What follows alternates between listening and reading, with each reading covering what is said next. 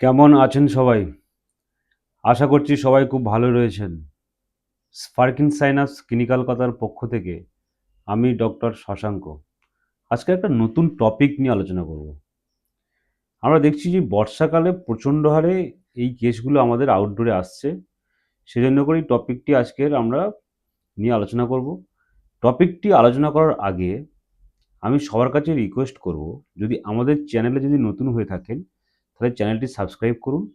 আমাদের চ্যানেলের ডেসক্রিপশানে একটা টেলিগ্রাম চ্যানেলের লিঙ্ক আছে। সেখানে আমাদের চ্যানেলে যত ভিডিও আছে সেই ভিডিওগুলো নোটস আকারে দেওয়া হয়। সেই নোটসগুলো নিয়ে কিন্তু পড়াশোনা করা যেতে পারে। বিশেষ করে আমাদের সামনে West Bengal health recruitment board থেকে বিভিন্ন রকমের যে এক্সামিনেশান, যেগুলো কম্পিউটার বেস যে টেস্টগুলো হবে, সিবিটি টেস্ট, সেগুলো কিন্তু এই টপিকগুলো সব তো ক্লিনিক্যাল টপিক। এগুলো কিন্তু পড়লে এখান থেকে কিন্তু অনেক প্রশ্ন আমাদের কিন্তু আমরা উত্তর করতে পারবো। তাহলে টপিকটি শুরু করি। টপিকটি হচ্ছে কিনা পিটেট কেরাটোলাইসিস। টপিকটি হচ্ছে কিনা পিটেট কেরাটোলাইসিস। পিটেট নামটার মধ্যেই সব কিছু রয়েছে। পিটেট, পিটের মানে পিঠ থেকে এসেছে, পিঠ। আমরা জানি পিঠ মানে হচ্ছে কি, পিঠ মানে একটা ডিপ্রেশন। পিঠ মানে একটা ডিপ্রেশন, এরকম গর্ত বা ডিপ্রেশন আমরা বলছি।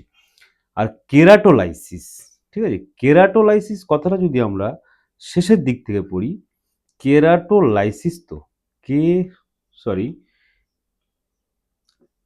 কেরাটোলাইসিস, কেরাটোলাইসিস, কেরাটোলাইসিস, কেরাটোলাইসিস কথাটা যদি আমরা শেষের দিক থেকে পড়ি, তাহলে লাইসিস মানে কোনো কিছু, লাইসিস মানে ভেঙে যাওয়া। আর কাকে ভাঙছে? কেরাটিন। তাহলে লাইসিস মানে কি হচ্ছে? লাইসিস মানে হচ্ছে, এটা লাইসিস। আর তার মানে হচ্ছে ভেঙে যাওয়া। এটা হচ্ছে না, ভেঙে যাওয়া। লাইসিস মানে হচ্ছে ভাঙা, ভেঙে যাওয়া, ঠিক আছে? এটা হচ্ছে লাইসিস। আর কেরাটো মানে কেরাটিন থেকে এসছে, কেরাটিন থেকে এসছে কেরাটো, ঠিক আছে? এবার তাহলে এখানে আমার ছবিটি দেখা যাচ্ছে পরিষ্কার যে ছোট্ট ছোট্ট ছোট্ট ছোট্ট গর্তের মতো হয়েছে, মানে পিট মানে ডিপ্রেশন মতো হয়েছে। কেন হয়েছে সেটা আমরা আলোচনা করব। কেন হয়েছে? কারণটা হচ্ছে, যদি কোনো কারণে আমাদের পা অনেকক্ষণ ধরে ভিজে থাকে, তাহলে পায়ের স্কিনগুলো কি হয়? চামড়াগুলো নরম হয়ে থাকবে। বা প্রচণ্ড হারে যদি ঘাম হয়, তাহলে পায়ের স্কিনটাও নরম হবে। যদি অক্লুশন হয়, মানে যদি কেউ কভার শু পরে থাকে অনেকক্ষণ ধরে, তাহলে এই জিনিসগুলো হবে। বা কেউ আর্দ্র জায়গায়, স্যাঁতস্যাঁতে জায়গায় বেশিক্ষণ ধরে থাকলে তার পাগুলো কিন্তু কি হবে? ভিজে ভিজে থাকে। তাহলে কি হয়? ওই স্কিনটা যেটা আছে সেটা কিন্তু অনেকটা নরম হয়ে থাকে। ঠিক এই সময় কিছু ব্যাকটেরিয়া আছে, বিশেষ করে মাইক্রোকক্কাস। আগে বলা হতো মাইক্রোকক্কাস, এখন বলা হয় কাইটোকক্কাস স্পিসিস সেডেন্টেরিয়াস বলা হয়। মাইক্রোকক্কাস সেডেন্টেরিয়াস বা কাইটোকক্কাস সেডেন্টেরিয়াস বা করনি ব্যাকটেরিয়াম, যে কোনো, মানে বিশেষ করে এগুলো কমন হচ্ছে কি না, আমাদের কাইটোকক্কাস বা মাইক্রোকক্কাসই করে। এরা কি করছে?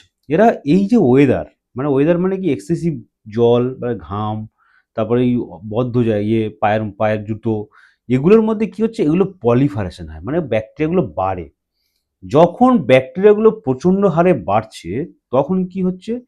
কেরাটিনেজ এবং প্রোটিয়েজ এনজাইম তৈরি করছে। এই ব্যাকটেরিয়াগুলো কেরাটিনেজ এবং প্রোটিয়েজ এনজাইম তৈরি করে। এই কেরাটিনেজ এবং প্রোটিয়েজ যে এনজাইমগুলো আছে, সে কিন্তু এখানে কিন্তু কেরাটিনগুলোকে ভেঙে দিচ্ছে। কেরাটিনগুলো ভেঙে দেওয়ার ফলে এখানে কিন্তু এই গর্তগুলো তৈরি হচ্ছে।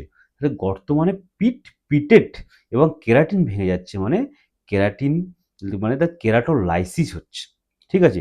এবার যখন ভেঙে যাচ্ছে তখন কিন্তু এখান থেকে একটা দুর্গন্ধ বেরোয়, ঠিক আছে? একটা ম্যাল অডার, সেটা কিন্তু দুর্গন্ধও বেরোয়। তাহলে এটা হচ্ছে আমাদের ছোট্ট একটা প্যাথোজেনেসিস, যেটা আমরা বললাম।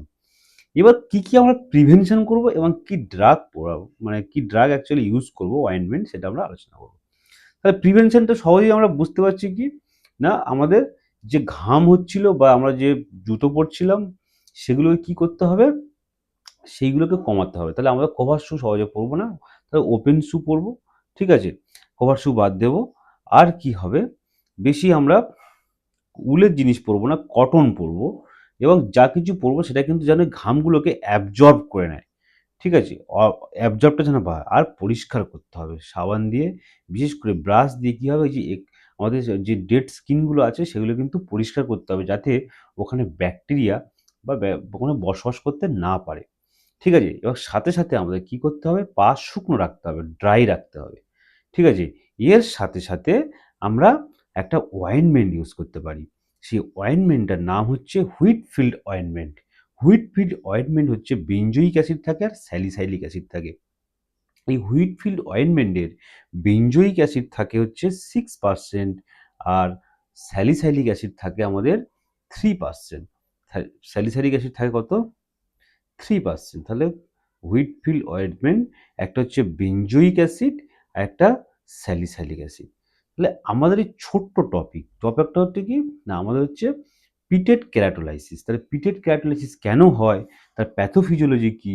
এবং আমরা কিভাবে ম্যানেজ করলাম এবং প্রিভেনশন কিভাবে করলাম সেটা আমরা জানলাম। আমাদের ভিডিওটি ছোট্ট করে যদি মনে হয় যে ভিডিওটি ভালো লেগেছে তাহলে কমেন্ট করে জানান আর কাউকে শেয়ার করে দিন। আর আরেকটা সবচেয়ে কথা হচ্ছে আমাদের টেলিগ্রাম যে চ্যানেলটা সেখানে কিন্তু এই নোটসগুলো দেওয়া হয়। অবশ্যই এই নোটসগুলো ডাউনলোড করলে কিন্তু ছোট, ছোট টপিকগুলো পড়লে পরবর্তী সময়ে কিন্তু কাজে লাগবে। বিশেষ করে বিভিন্ন চাকরি বা আমাদের হেলথ রিক্রুটমেন্ট যে বোর্ডের যে এক্সামিনেশনগুলো আছে সেগুলো আসবে। আমরা হয়তো আস্তে, আস্তে হেলথ রিক্রুটমেন্ট বোর্ডের জন্য বিভিন্ন প্রশ্নপত্র নিয়ে আলোচনাও করব। ঠিক আছে? সবাইকে অসংখ্য ধন্যবাদ ভিডিওটি দেখার জন্য। Thank you.